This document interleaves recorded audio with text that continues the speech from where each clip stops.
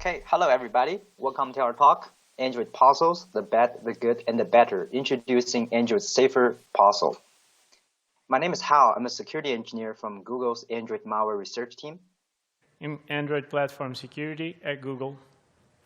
Hi, my name is Yang. I'm a security engineer at the Google Vulnerability Reward Program. Also, special thanks to Maria and Kevin, who did great work making this presentation happen.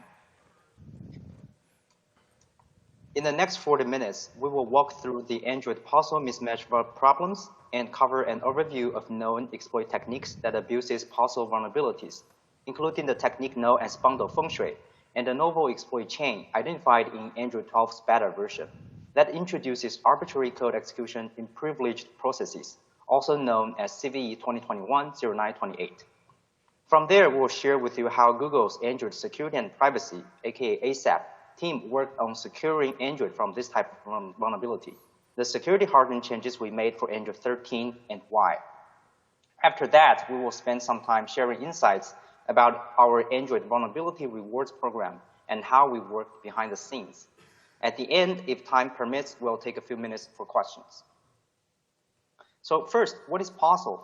Parcel can be thought of as a container for sending serialized/parceled data across processes.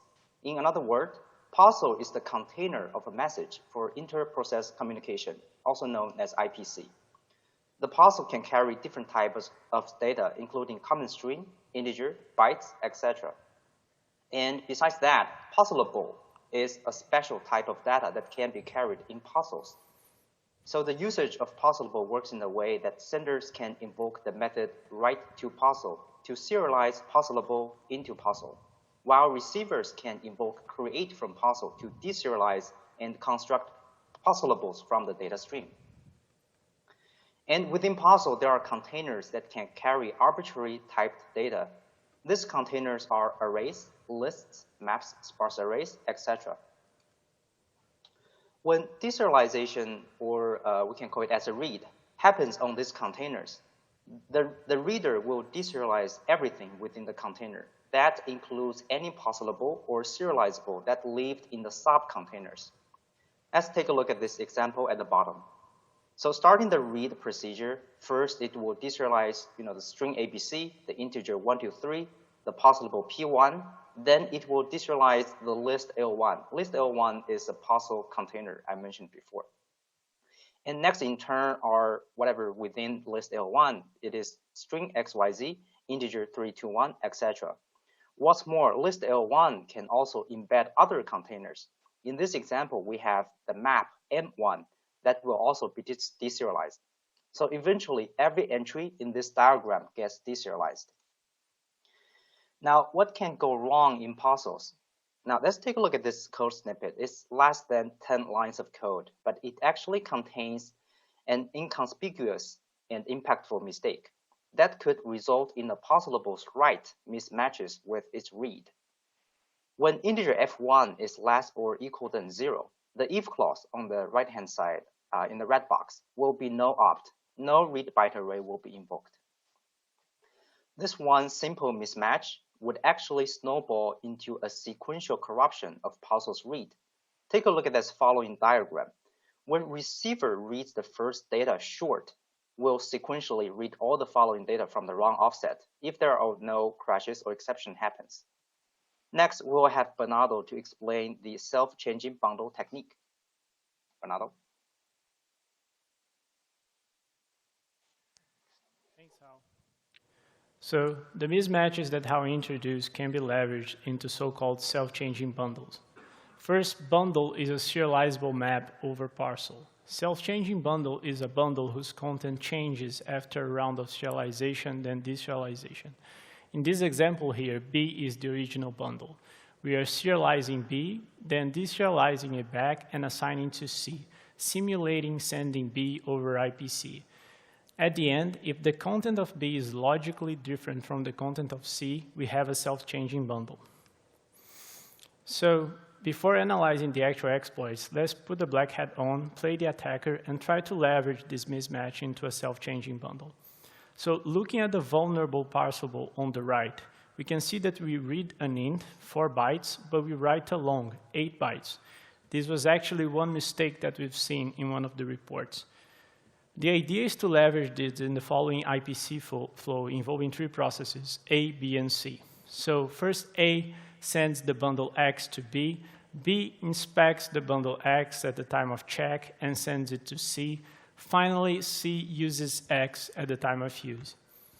So the challenge is to hide one item in the bundle from B that's going to be revealed to C. That item is composed of the key intent and the value 42. That happens in Android 12. So this table represents the parcel content of the bundle. The left side of the table represents the data before the first deserialization in B. B then serializes that data back, resulting on the right side of that table before the second deserialization that happens in C. Looking at the left side of the table, we're going quickly through the structure. We see that the first 3 rows there represents the bundle header, followed by the key of the first item in yellow, followed by the value of the first item in blue, and so forth. So the first item of that bundle is the vulnerable parcelable we've seen before. Notice the 0 at the end there. We're going to read that 0, but we're going to write 2 zeros, because remember, we are writing along while we read an int. When reading the right side of that table at the second deserialization, we're going to stop reading the first element at the first 0 there, leaving the second 0 as the beginning of the data for the next item. This will change the entire interpretation of the bundle from that point forward, hence the red background there. So the trick to produce the self-changing bundle is to choose values for X, Y, and Z such that content that's meaningful to one deserialization is irrelevant and opaque to the other. Starting with the hidden element that's meaningful to the second deserialization, we hide that under a byte array on the left. So we choose Z to contain the length of that hidden element. I'll leave X and Y as an exercise to the reader. This, with minor details omitted, this is the final table of the exploit. Note at the bottom that the hidden element is hidden under a byte array on the left, but in turn, the metadata of that byte array is also hidden under another byte array, but this time on the right. I'll skip through the rest of the content. So finally, putting all that into code, I'll leave the code here as reference, but that code is basically constructing a parcel from the left side of the table from the previous slide. At the bottom, we are deserializing that parcel into a bundle, printing that bundle, the bundle A. Then we are serializing it, deserializing it back to bundle B, and then printing bundle B. The output is shown on the right. As we can see, the hidden element is only displayed in bundle B after the second deserialization, while in bundle A, we can't see the hidden element. I'll let Hal continue. Thanks, Bernardo. So the self-changing bundle technique described by Bernardo can actually turn into a smart time of check, time of use attack against Android's account adding. You know, Android has this workflow for an app to add an account that can be simplified by this sequence diagram. The add account workflow is actually a 3-party business, including the application needs to add account, and account manager service and settings app are the one to fulfill the request of adding. The application can kickstart an add account operation and implement the actual add account method, providing a bundle containing information about how to add such account. The interesting part starts from step number 5, where the app sends a bundle that is fully constructed by itself to account manager service in step number 6 in the middle. Account manager service checks an intent entry within that bundle and sends that same bundle to settings. Settings app will not do the check intent anymore. It will just launch the key intent directly. Well, we saw a bundle came, we checked the intent, then we launched. But this is a classic time of check, time of use scenario where the bundle checked in account manager service could be different than the bundle deserialized by settings due to the self-changing bundle technique described by Bernardo earlier. And this eventually contributed to the exploit technique known as launch anywhere, where the attacker can have the privileged app in this case is settings app run with the shared system UID, to launch arbitrary intents. And this can lead to serious problems, including silent package installation, which was knowingly used in malware campaigns in the past. We will not cover the malware in this talk. The launch anywhere exploit has been very commonly used as a proof of concept in parcel mismatch vulnerabilities we received throughout the years. Now, let's welcome Bernardo on the stage again to talk about how we mitigated this type of exploit. We learned many things from the Bundle FengShui. Let's start with the mismatches. We've been fixing individual read-write mismatches for years, and will likely continue. We should still fix those, because regardless of the other fixes we put in place, there are still bugs, and there could be other code paths that leverage them into exploits. However, the lesson that we learned there is that only fixing the mismatches simply doesn't scale. We have too many of them. So the natural generalization of the fix would be to look into account manager service, which is the code path used by many of those exploits that Hal talked about. So borrowing Hal's diagram from before and focusing between steps number 6 and 7 after the time of check, but before the time of use, in system server, we're going to simulate the IPC2 settings by serializing and deserializing that bundle. Then we're going to check if the relevant item is the same before and after the simulation. If it's not, we're going to fail and log. I'm going to leave the code here as reference. Now that's good, but what about other code paths, future code paths? We can't expect platform developers to proactively simulate deserialization and be aware of this issue. So we turn our attention to bundle. What's wrong with bundle?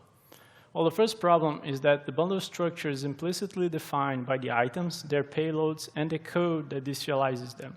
This is what allows the creation of the self-changing bundle. The second problem is that the deserialization of bundle is eager upon first retrieval. We'll go over these in detail and see how we arrived at the lazy bundle. So the first item there, we've seen this when we explored the mismatch. But let's revisit with a simpler example. Let's assume we're inserting 2 parcelables into that bundle, P1 and P2.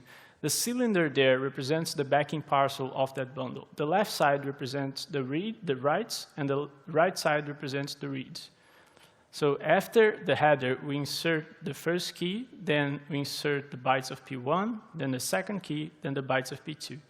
But now assume there's a mismatch in the class of P1, such that it reads less than it writes. Now, on the right side, we read the first, after the header, we read the first key, we read the bytes of P1, but now we read less bytes than before. So when we start reading the second key, we're going to start from the wrong offset.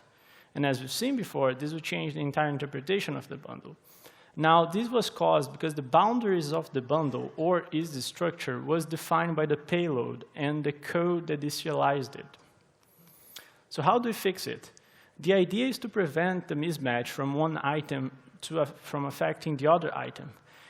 To do that, we're going to prefix each item with the number of bytes used during its serialization, so that during deserialization, we can skip over the payload and start the read of the next item from the correct offset, regardless of how many bytes we would consume if we were to deserialize the previous item. Conceptually, this is equivalent to separating the section of each item in the backing parcel as shown there. So in that example, even if we read less bytes for P1, the read of P2 is not affected. So the second item, the eager deserialization upon first retrieval. Previously, without length prefix, we'd need to read all the preceding items in order to know the offset from which to start reading the current item. That means that exceptions thrown during the read of those preceding items would be thrown when querying the current item. In that example there, we have no way of knowing the offset from which to start reading P2 other than reading P1. Now, with length prefix, we can skip those preceding items to figure out the correct offset from which to start reading the current item. That means that those exceptions that could be thrown during the deserialization of those preceding items won't be thrown when the current item is queried anymore. This reduces system crashes, which helps with DOS attacks and system stability. And the other nice, obvious side effect of this is that we only read data when we need to. This is why it's called the lazy bundle. Now let's look under the hood in Android 12 and 13 and see how this is implemented. So the first thing to note is that bundle can be in one of two states, in the parceled form or in the map form. In the parceled form, bundle holds a reference to the backing parcel that contains the data for the items. In the map form, bundle has a map from key to item. Now, focusing on the difference between Android 12 and Android 13, we see that in Android 12, whenever we query any item from that bundle, the entire bundle is deserialized and the items are converted into live objects. In contrast to Android 13, in Android 13, when we query, for example, the first item, only the first item is deserialized. The other items are held in the map as lazy values. Lazy values are containers that hold a reference to the backing parcel and have metadata necessary to deserialize each item. So looking at this example, we have a bundle with 3 items. The first 2 are well-behaving, while the third item crashes upon deserialization. So if we look at the code there, that code is retrieving the first item, which is supposed to be a well-behaving item.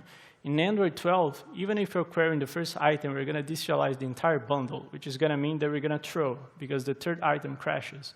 In Android 13, that won't happen anymore, because we only deserialize the first item. The third item is held as a lazy value in that map. And I'm going to hand back to Hao.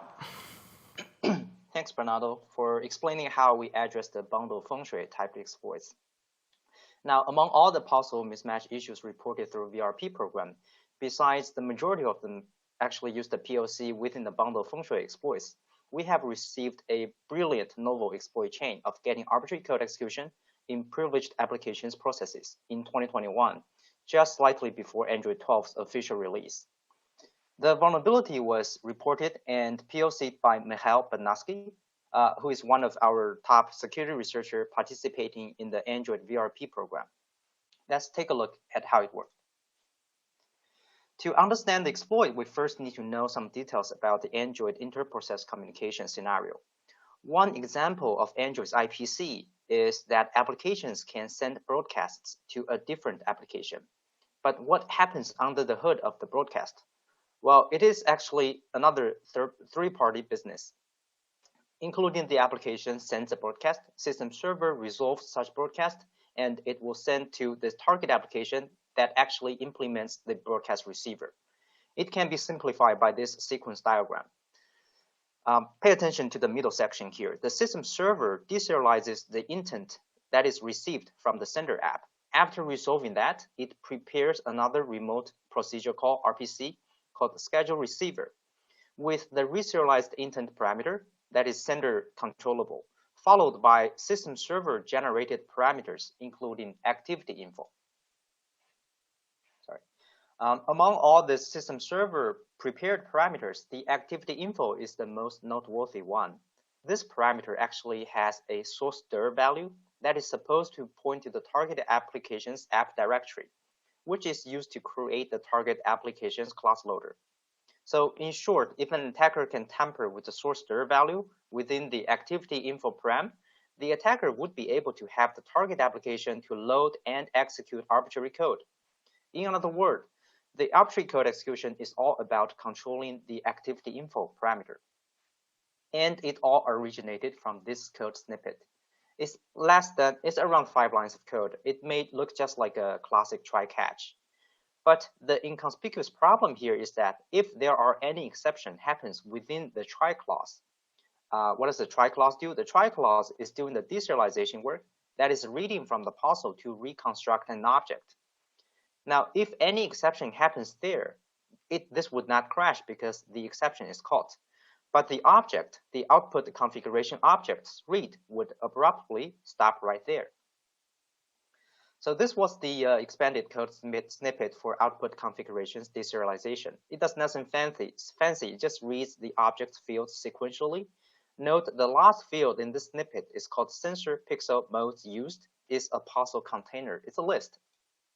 If we can trigger an exception in the read list, the read would stop right there, leaving some leftover data at the bottom.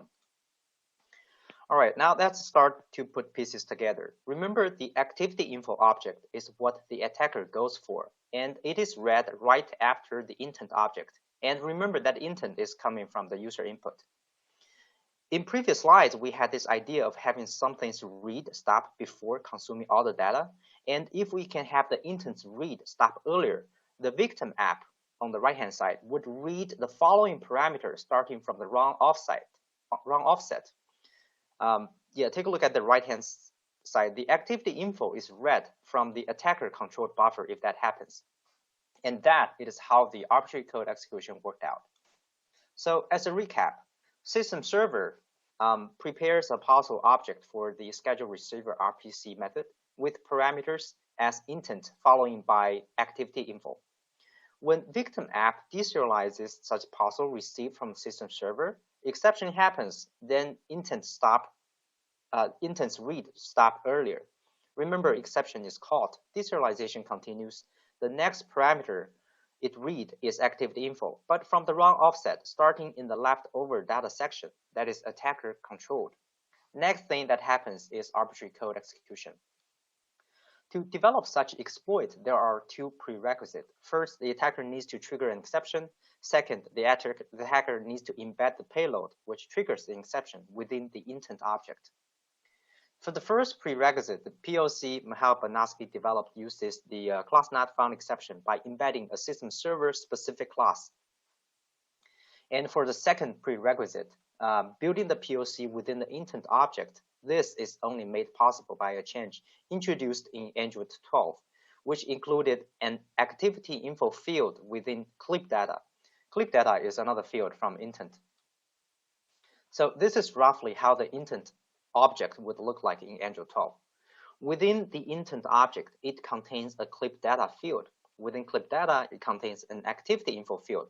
Within that, it embedded an application info field that embeds a split dependency field. Well, this all sounds complicated, object in object in object in object. But what's important is that the split dependencies is a sparse array. And now if you remember, sparse array is one of the Parcel containers that can contain arbitrary typed data, and they all get deserialized in the read. We have to omit a few details due to the time constraint, but the final POC intent looked like this. A package manager exception bomb is embedded within the payload. That is nested within the split dependencies, the Parcel container we saw in the previous slides. So deserializing such intent within the victim applications process would trigger an exception, and exception is caught, so the read would stop right there.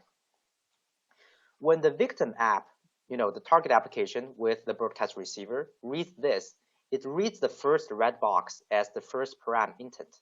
Then it would reconstruct the second param, the activity info, from the wrong offset, and so on. The POC eventually would leave some data in the end, not read.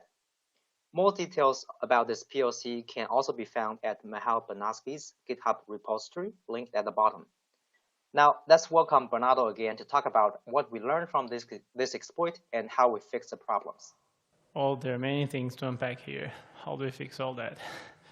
So first, we start by applying the targeted fixes. So we fix the exceptions following, we fix the mismatch between the read list and int array, and we remove the activity info from clip data from the intent. But now, let's try to generalize the fix. The first thing to notice here is that lazy bundle doesn't help, because the new exploit doesn't involve bundle. So let's look into each exploit and see their differences and similarities. So looking at the legend on the left side here, a blue rectangle means trusted data, a light red rectangle means untrusted data, a bright red rectangle means untrusted data that's assumed to be trusted, and that's the problem in both exploits. And the yellow rectangle just means system server, a trusted process. So in the Bundle FengShui, we see that the bundle has always been attacker controlled. However, the system checks that bundle for verification. After the bundle passes that check, it's considered to be trusted. But the problem is when we hand off that bundle to settings, the mismatch inside the bundle is able to change the bundle because it becomes a self-changing bundle. Now, the data changes and is untrusted, but settings assumes that the data is trusted, and that creates the problem here. In the novel exploit, the parameter 0 has always been attacker-controlled and assumed to be untrusted, even in the app. The problem is the parameter 1 originated from a trusted object inside the system. The problem is when that IPC happens and both parameters are put together, the mismatch in parameter 0 allows the attacker to taint parameter 1. So the app assumed that parameter 1 was trusted, but in fact, the content changed. So it's untrusted now, and that creates the problem there. So despite the differences, there are some similarities here. The similarity is that a mismatch in one element affects the next element. And in bundle, that happens across the bundle items. In the novel exploit, that happens across IPC parameters. So a natural idea would be to prefix the length of IPC parameters or prefix the length of every parcelable. And this is actually where we started, before the lazy bundle. So can we prefix every parcelable or IPC parameter? Well, in most binder IPCs in Android, that involves a manually written IPC interface whose Java code is automatically generated for us. The code inside that red rectangle there is responsible for serializing and deserializing. In that case, it's only deserializing the parameters, the IPC parameters of that interface according to their types. The mapping between type and code involved into their serialization and deserialization can't be changed in a backwards compat way. The methods write to parcel and create from parcel are part of that mapping. And those methods are the methods designed to be overridden by parcelable implementations. That means that we don't have available hooks to prefix the length. One solution out of this backward compat problem would be to make this change opt-in. But making this change opt-in would severely reduce its impact. And on top of that, there are performance considerations into prefixing every parcelable and IPC parameters across the entire platform. So because of that, this fix is not feasible in practice. So we turn our attention to validation. Across domain-specific code and infrastructure code, we weren't doing enough validation. For example, in domain-specific parcelables, often the create-from-parcel method assumed that the data was produced by the write-to-parcel method, but that's not necessarily true. Incoming data should be considered untrusted and properly validated. And in infrastructure code, we were missing stuff too. For example, let's look at the parcel class. Remember when Hal talked about the arbitrary deserialization parcel container? I'm bringing here an excerpt of a piece of code from the novel exploit. Even if the caller expects a list of a certain item type, nothing prevents items of another type from being deserialized out of that list. In the first example there, in application info, which I wrote with 3 Ps there, it should be only 2. The split dependencies field is a sparse array of int arrays, but the attacker is able to insert a Zen policy item there. Looking at that in more detail, the first item there, in the first line of code, we happily deserialize Zen policy as an item, but we know that split dependencies only holds int arrays. In the worst case, this enables attacks like DCVE. But even in the best case, the non-malicious case, this will likely cause exceptions later on when the code assumes to be dealing with int arrays. It's likely going to throw class cast exceptions or create other problems. So the idea is to validate the type that we are about to deserialize. Make sure that that type is expected by the caller. So due to Java generics type erasure, we introduce wholesale replacements across parcel, bundle, and intent APIs. The new APIs take an extra class parameter that represents the type. We're going to use that class parameter to validate the type that we are about to deserialize is expected by the caller. And we deprecated the old APIs. Now, we need to migrate a good chunk of code in the platform in order to benefit from those new APIs and protect the platform. So how do we migrate almost 700 call sites? Well, for each call site, we need to infer the static type by surrounding code, then replace the call with the call to the new API with the added class parameter. In order to do that at scale without manual intervention, we leverage Android lint. We wrote a checker, and after moving some files around, we were able to migrate close to 700 call sites, reducing the attack surface of vulnerable parcelables in the platform. That's good. The other change that we implemented in infrastructure code is the parcel end-of-file check in IPC interfaces. As we saw before, we can't enforce boundaries in IPC parameters.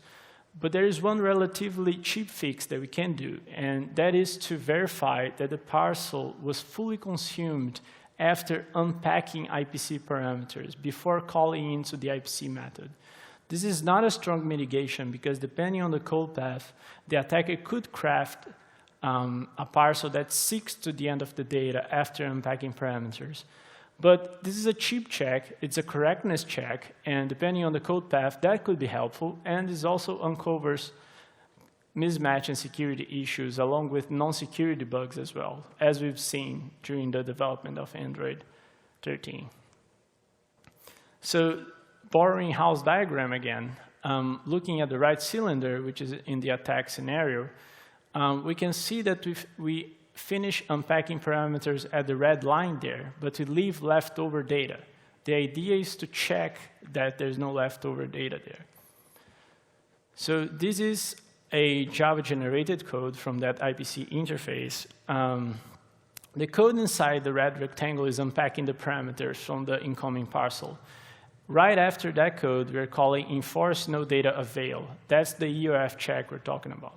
So looking at the diagram on the right there, the cylinder on the left ends after unpacking parameters, so that passes the check, while the cylinder on the right still has leftover data after unpacking parameters. So in that case, we throw. So it's worth noting here that we are throwing more than before with this change. And when we talked about lazy bundle, we said that we reduce system crashes because those help, reducing system crashes help with DOS attacks. The difference here is that leftover data in the parcel is indicative of either an attack or corrupt data, both of which are worse than failing early and crashing early. So the last mitigation we put in place was mismatch detection at runtime, and we leveraged the lazy bundle to do that, since now we have the length prefix to be able to check.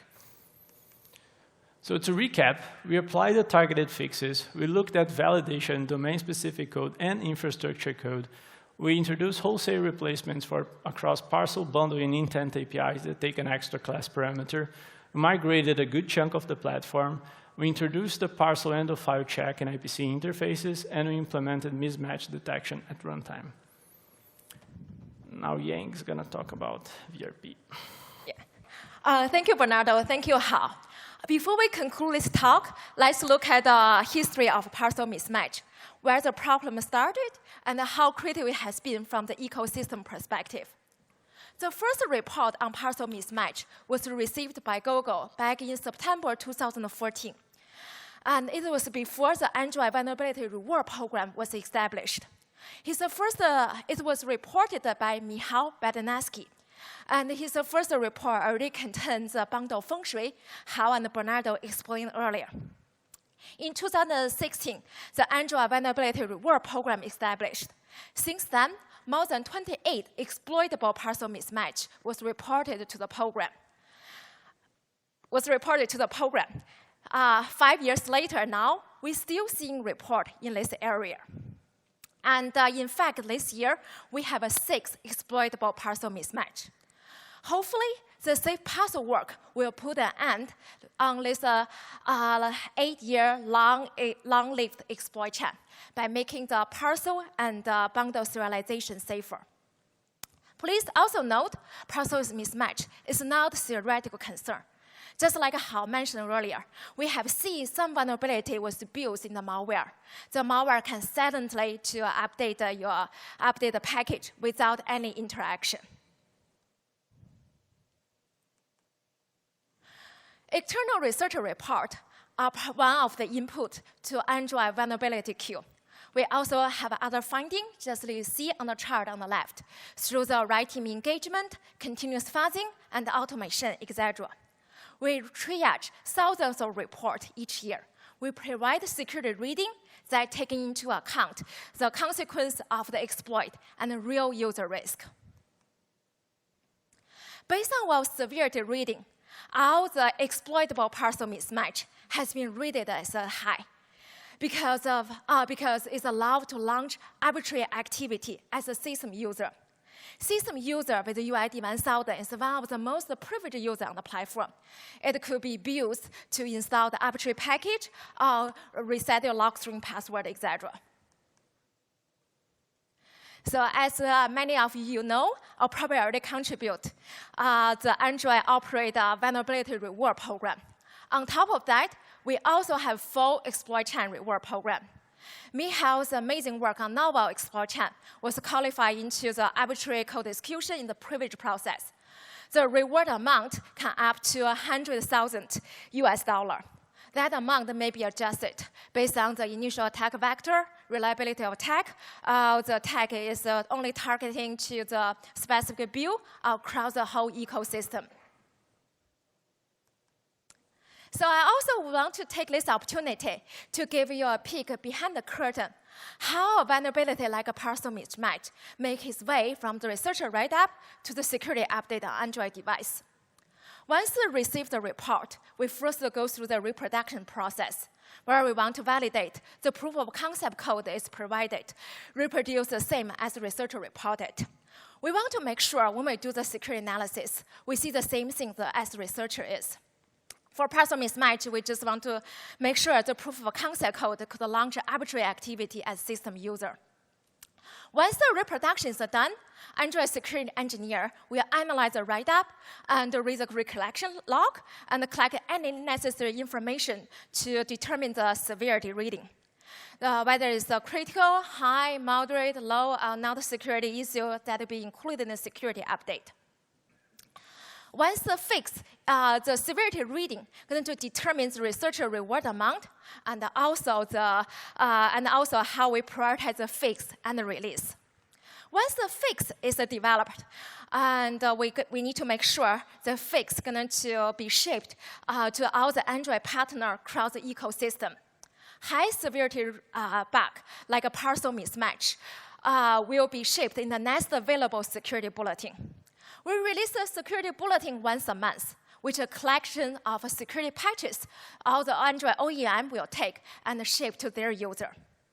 So during the triage process, if we identify the issue is potentially exploitable, we'll work closely with the malware team, see whether we can create some detection rule on the Play Store in parallel to the bug fix.